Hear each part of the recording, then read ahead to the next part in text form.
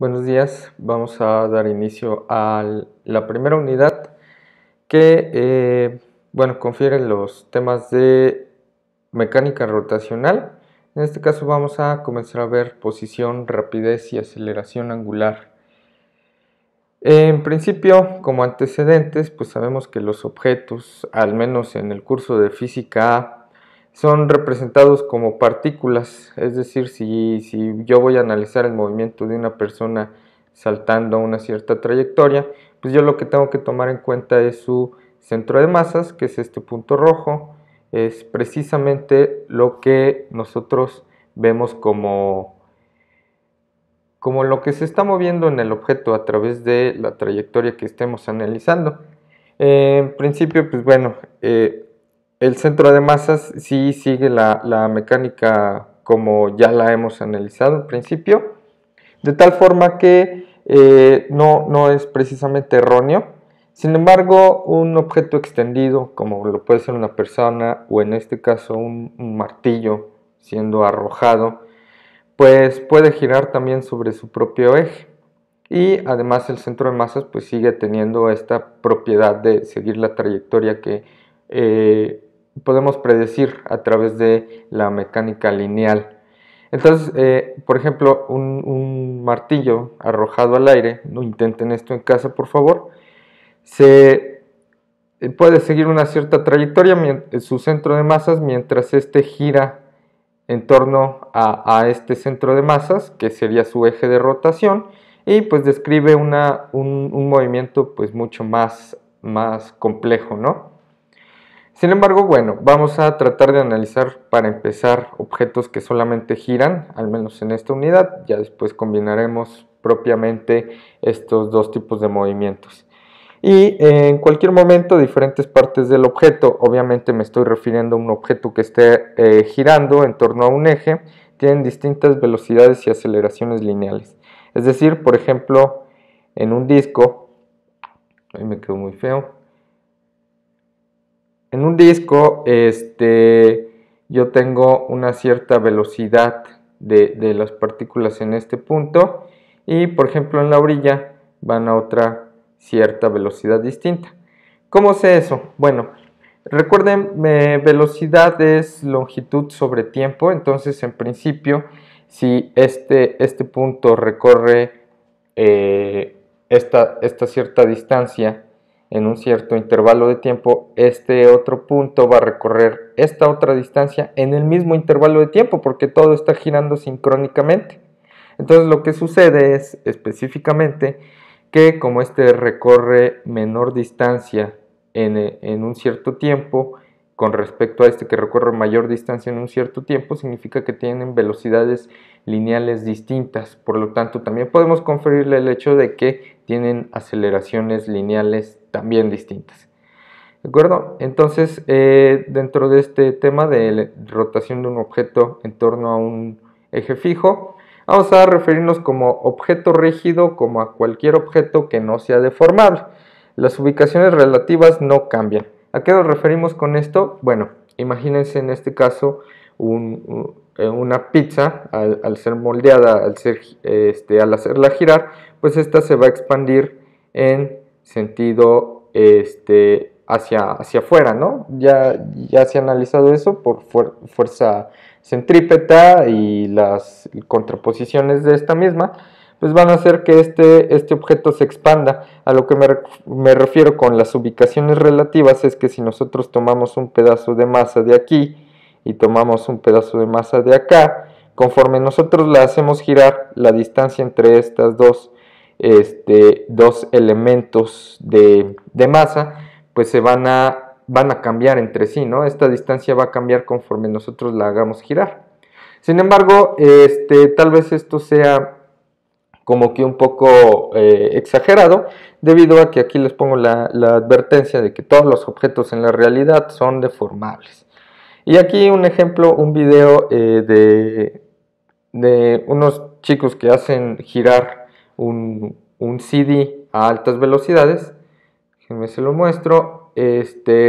Hacen girar este disco y se logra observar cómo se deforma conforme este está girando. Aquí está en cámara lenta, sí se puede ver cómo va cambiando su forma conforme este gira hasta que, bueno, el objeto cede.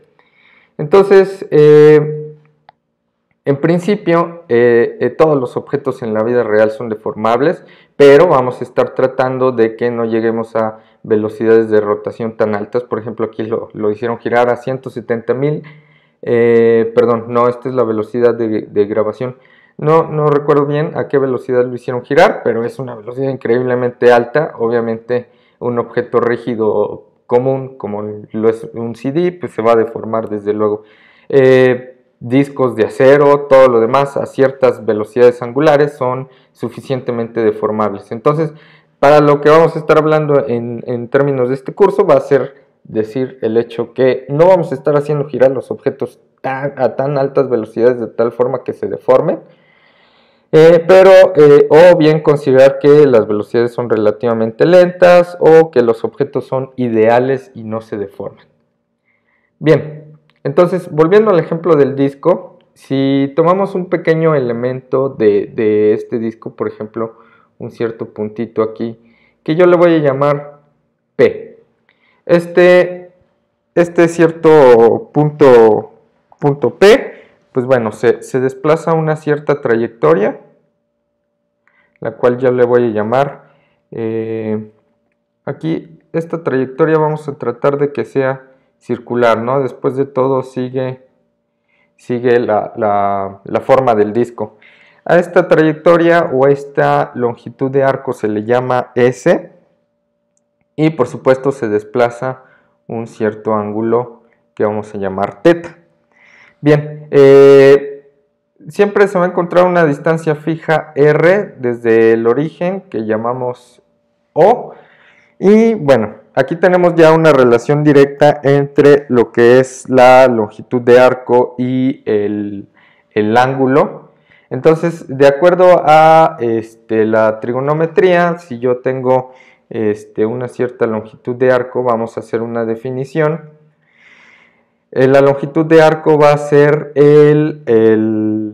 esta distancia R, que es el radio, por el ángulo que nosotros tengamos desplazado, ¿no? ¿Cómo puedo yo comprobar que esta ecuación es correcta? Bueno, ¿qué tal si yo me desplazo toda la circunferencia completa? ¿Cuál es la longitud de arco? Pues entonces estaremos hablando del diámetro de la circunferencia realizada por este punto. Si recordamos, el diámetro de un círculo es la fórmula de la primaria. Diámetro es 2pi por radio. 2pi por radio. Entonces, aquí estamos dictaminando que 2pi es la distancia. Si nosotros lo comparamos con esta otra ecuación, 2pi es el ángulo total de toda mi circunferencia. Entonces, en principio es una definición contraproducente una de la otra, en el caso de que estamos diciendo que el ángulo total de una circunferencia es precisamente 2pi, y es precisamente lo que hacemos, ¿no? Los ángulos se tienen que medir, en este caso, en radianes. Es bien importante que lo midamos así, radianes. Los radianes, de tal forma que una circunferencia completa es 2pi, media circunferencia es pi, un cuarto de circunferencia es pi medios, etc. Ya lo iremos viendo un poco más a detalle. Sin embargo, las otras unidades que tenemos en nuestros valores, en el caso de la longitud de arco, vamos a definirla a través del sistema internacional como metros, y el radio también vamos a definirlo como metros, para tener una uniformidad en las mediciones que nosotros hagamos. Bueno, entonces aquí nosotros podemos decir pues que θ se puede asociar como la posición de cualquier punto de un objeto.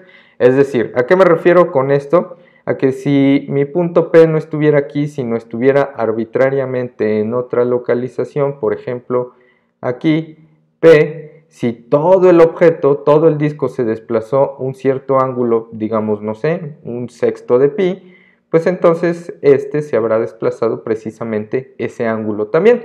Lo que importa es que se mantenga una distancia fija R, diferente de esta otra, con respecto al origen, ¿verdad? Entonces es importante que se mantengan estas distancias, porque si estamos hablando de objetos rígidos, la distancia entre el origen y el punto P no va a cambiar. Eso es importante. Bien, ahora, la posición angular de un objeto es el ángulo θ entre la referencia que une al origen y el punto P. Y la referencia fija en el espacio, el eje X. Aquí ya no vamos a estar hablando precisamente de un objeto, de un disco específicamente. Vamos a hacerlo en términos del plano espacial X y Y para facilitarnos la vida, de tal forma que yo tengo mi punto aquí P.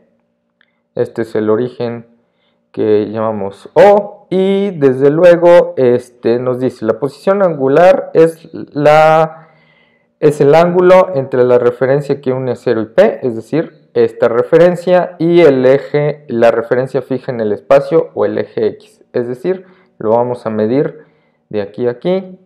Tal vez esto está el enunciado al revés. En principio siempre medimos los ángulos en sentido inverso a las manecillas del reloj, es decir, al revés. Desde la referencia fija en el espacio, que es el eje fijo, el eje X, y la referencia que une al origen y nuestro punto, es decir, hacia acá. Siempre en sentido inverso a las manecillas del reloj. Ese va a ser mi ángulo θ. Bien, entonces θ lo vamos a medir específicamente como a través de la ecuación que ya puse aquí, es igual a rθ. Si despejamos para θ, pues entonces tenemos que θ va a ser igual a S sobre R. ¿Qué pasa si hacemos análisis dimensional aquí? Bueno, nosotros nos vamos a percatar que si S está dado en metros y R está dado en metros, pues obviamente lo que tenemos aquí es que se nos cancela metros con metros, y entonces θ es una unidad adimensional. Pero ¿por qué dijimos que eran radianes? Bueno, específicamente los radianes no tienen mucho sentido que tengan dimensiones. Sí, es solamente la fracción de círculo que está recorriendo, no deberían tener unidades. Entonces es una buena señal el hecho de que tengamos unidades adimensionales para el ángulo. Ok, del mismo modo, si viajamos de un punto A a un punto B, déjenme dibujarlo. Si tengo aquí mi punto A y se trasladó a un punto B, este mismo punto, pues entonces vamos a tener aquí un ángulo inicial que voy a llamar como θ inicial, y un ángulo final que voy a llamar como θ final. Ok, se habrá cubierto un ángulo delta θ que definimos como θ final menos θ inicial. Esto es específicamente lo que llamamos como desplazamiento angular. Desplazamiento angular. ¿Ok? Es la diferencia entre el ángulo final y el ángulo inicial para un desplazamiento que tuvo una cierta partícula. Al final, ¿qué es lo que vamos a tener? Recuerden, si tenemos este ángulo θ final y le restamos esta pequeña porción, al final lo que habremos obtenido es específicamente esta pequeña longitud, ¿no? Esto es mi delta θ. Ok. Continuando, la rapidez angular promedio es el desplazamiento entre el intervalo delta θ. ¿Qué significa esto? Vamos a definir como rapidez angular promedio de la siguiente forma. Vamos a definirlo a través de la letra griega omega y le vamos a poner aquí promedio para especificar que estamos hablando de rapidez angular promedio, y la definiremos como el desplazamiento, es decir, θ final, bueno, voy a escribirlo así a grandes rasgos, delta teta entre el intervalo delta t, es decir, en un cierto intervalo de tiempo. Si yo expreso así bien las cantidades, pues voy a tener teta final menos teta inicial entre del tiempo final menos tiempo inicial. Y esto se parece bastante a lo que se hace con la cinemática. En principio es exactamente lo mismo, estamos revisando de nuevo, pero todo en términos de ángulos, sin perder de vista que se parecen mucho estas ecuaciones a las de la cinemática lineal. Bien, análogamente la rapidez angular instantánea es el límite cuando delta t tiende a cero. ¿De qué? De la rapidez promedio, es decir, la rapidez angular instantánea simplemente la voy a definir como omega. Esta va a ser igual al límite cuando delta t tiende a ser cero de este valor de velocidad angular promedio, es decir, delta teta entre delta t. ¿Sí? Esta definición de límite la podemos reexpresar como una derivada, es decir, la derivada de teta con respecto de t, y eso es la rapidez angular promedio. Si la rapidez cambia de un valor omega final de omega inicial a omega final, pues entonces tendremos una aceleración angular promedio y la veremos de la siguiente forma. Vamos a expresarla a través de la letra griega alfa, la cual también vamos a ponerle aquí un pequeño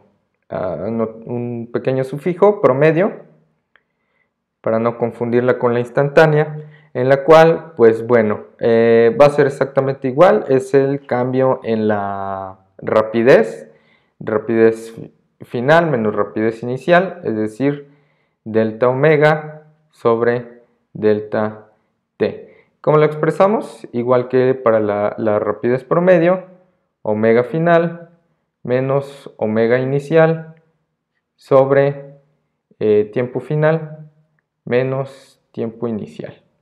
¿Ok? Entonces, análogamente también debe haber una aceleración instantánea. Desde luego, pues va a ser el límite cuando delta t tiende a cero, es decir, la aceleración angular instantánea va a ser igual al límite cuando delta t tiende a ser cero de el valor de la aceleración angular promedio, es decir, delta omega sobre delta t. De igual manera podemos definirlo a través de una derivada, la derivada de omega sobre dt. Y tenemos casi como que los mismos valores para posición, velocidad y aceleración en términos de cada una de la otra. Más adelante vamos a redefinir esto en términos de las cantidades lineales porque se parecen bastante. Debe haber una forma en la que podamos conectar velocidad angular con velocidad lineal y aceleración angular con aceleración lineal y también para la posición.